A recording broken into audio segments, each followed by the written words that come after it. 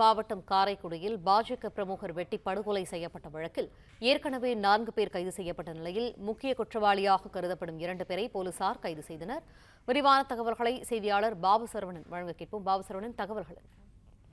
வணக்கம். சிவகங்கை மாவட்டம் Karaikudi Ariyakudi railway gate அருகே வசிப்பவர் பழனியப்பன். இவர் பாஜக பிரமுகராகவும் உள்ளார், பொறியாளராகவும் உள்ளார். இவர் கடந்த 27ஆம் தேதி பொன்னகர் என்ற பகுதியில் ஒரு கட்டடம் கான்ட்ராக்ட் எடுத்து வேலை செய்து வருகிறார். அந்த பணியில் அவர் ஈடுபட்டிருந்த பொழுது 4 பேர் கொண்ட கூலிப்படையினர் அவரை வெட்டி படுகொலை செய்துவிட்டு தப்பிச் சென்றனர். இந்நிலையில் பாஜக பிரமுகர் வெட்டி கொலை செய்யப்பட்ட சம்பவத்திலிருந்து அவர் உறவினர்கள் குற்றவாளிகளை கைது செய்ய வேண்டும் என்று கூறி 2 நாட்கள் சாலை மறியலில் ஈடுபட்டனர்.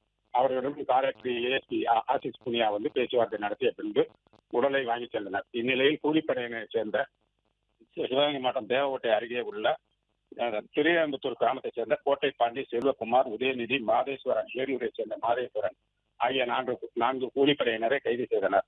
இந்நிலையில் முக்கிய குற்றவாளியான பழனியப்பன் என்பவருக்கு சொந்தமான கடையில் வாடகைக்கு இருந்த சாந்தகுமார் என்பவர் அவர் கடையை காலி செய்யக்கூடிய பொழுது அவர் காலி செய்யாமல் பழனியப்பனின் தாயார் அமுதா இவரிடம் 10 லட்சம் ரூபாய் கடன் பெற்றதாக கூறி பொய்யான ஆவணம் தயார் செய்து காவல் நிலையத்தில் புகார் அளித்திருந்தார்.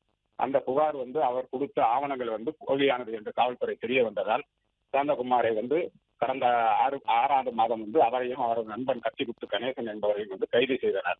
இந்நிலையில் அதில் அவர் சிறைச்சாலைக்கு சென்றுவிட்டு மீண்டும் வெளியே வந்த பின்பு பழனியப்பன் மீது ஆத்திரத்தில் இருந்துள்ளதாக தெரிய வருகிறது. கடந்த 27ஆம் தேதி பழனியப்பன் பொன்னவர் பகுதியிலிருந்து கட்டட வேலை பார்க்கும்போது கூலிப்படையினர் வைத்து சாந்தகுமார் அவரை வெட்டி படுகொலை செய்துள்ளார். இந்நிலையில் முக்கிய குற்றவாளியான சாந்தகுமார் மற்றும் கத்திகுத்து கணேசன் ஆகியோர் காவல்துறையினர் கைது செய்துள்ளனர். மேலும் இந்த கொலை வழக்கில் தற்பொழுது இருவரை காவல்துறையினர் கைது செய்துள்ளனர் மற்றும் ஒரு நபரை தேடி வருகின்றனர். நன்றி பாபு சரவணன், விரிவான தகவல்களுக்கு. பிளே ஸ்டோர் மற்றும் ஆப் ஸ்டோரில் இருந்து பாலிமர் செயலியை QR கோடு மூலம் பதிவிறக்கம் செய்யுங்கள். செய்திகளை உடனுக்குடன் பெறுங்கள்.